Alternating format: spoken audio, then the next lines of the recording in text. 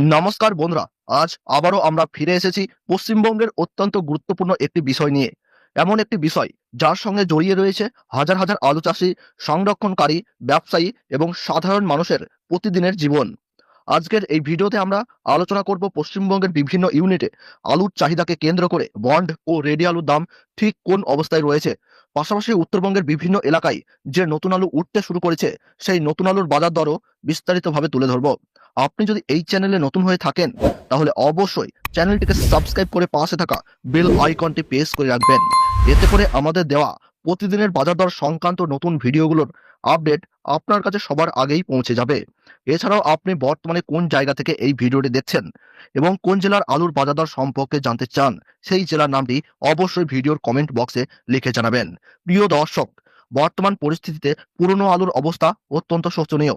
আলু চাষি ও সংরক্ষণকারীরা এই মুহূর্তে চরম আর্থিক সংকটের মধ্য দিয়ে দিন কাটাচ্ছেন। বাজারে দাম তলানিতে এসে ঠেকায় চাষিরা ব্যাপক ক্ষতির সম্মুখীন হচ্ছেন।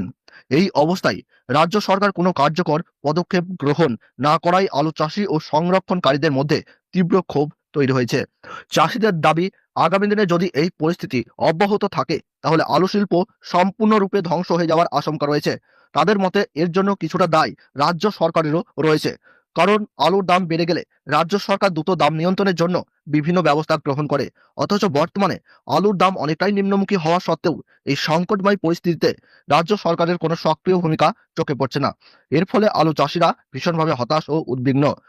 বর্তমান পরিস্থিতিতে হিমঘরের ভাড়া মকুব হওয়ার পর আলুর দাম বিভিন্ন ইউনিটে মোটামুটি স্থিতিশীল থাকলেও লাভের মুখ দেখছেন না চাষিরা। আগামী 2-3 দিনের মধ্যে আলুর দাম সামান্য বাড়লেও বাড়তে পারে বলে ব্যবসায়ী মহল জানাচ্ছেন। তবে নিচের দামের খুব একটা বাড়ার সম্ভাবনা নেই, বরং দাম আরো কমে যাওয়ার আশঙ্কাই রয়েছে। তাই চাষি ভাইদের উদ্দেশ্যে বলবো, পরিস্থিতি বুঝে আপনারা আলু বিক্রি চালিয়ে যান।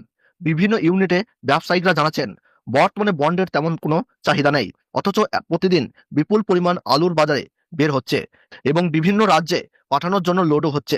এই পরিস্থিতিতে ব্যবসায়িকদের উচিত আলু চাষি ভাইদের পাশে এসে দাঁড়ানো এবং ন্যায্য দাম নিশ্চিত করার উদ্যোগ নেওয়া। এবার চলুন আজকের দিনে পশ্চিমবঙ্গের বিভিন্ন ইউনিটে আলুর বর্তমান বাজার দর এক নজরে দেখে নেব। আজ বাঁকুড়া জেলার কৌতুলপুর ইউনিটে জ্যোতি আলুর বন্ডের দাম রয়েছে 140 টাকা থেকে 170 টাকা এবং রেডি আলুর গড় কোয়ালিটি হিসাবে চলছে 340 টাকা। আর ডালা কোয়ালিটি আলুর দাম লক্ষ্য করা যাচ্ছে 530 টাকা। পশ্চিম মেদিনীপুর জেলার চন্দ্রকোনা ইউনিটে আজ জ্যোতি আলুর বন্ডের দাম রয়েছে 140 টাকা থেকে 155 টাকা। রেডি আলুর দাম গড় কোয়ালিটি হিসেবে রয়েছে 375 টাকা থেকে 380 টাকা এবং পয়েন্ট লোড লক্ষ্য করা যাচ্ছে 390 টাকা। হুগলি জেলার তারকেশ্বর ইউনিটে আজ জ্যোতি আলুর ফি বন্ডের দাম চলছে 200 টাকা। একই জেলার আরামবাগ ইউনিটে জ্যোতি আলুর ফি বন্ডের দাম রয়েছে 140 টাকা থেকে 150 টাকা। রেডি আলুর দাম এখানে লক্ষ্য করা যাচ্ছে 370 টাকা থেকে 380 টাকা।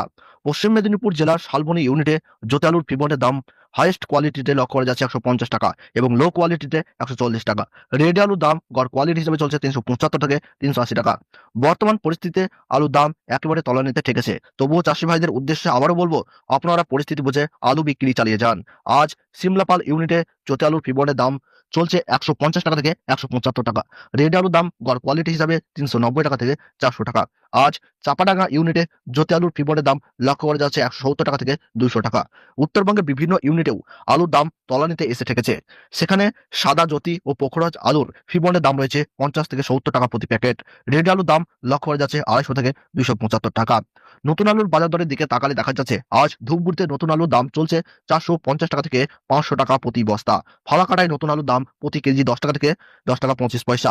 ময়নাগুড়িতে নতুন আলুর দাম 50 কেজি প্যাকেটে 500 টাকা। তো বন্ধুরা, এই ছিল আজকের বাজারে আলু সম্পর্কিত সমস্ত গুরুত্বপূর্ণ খবরের বিস্তারিত আপডেট।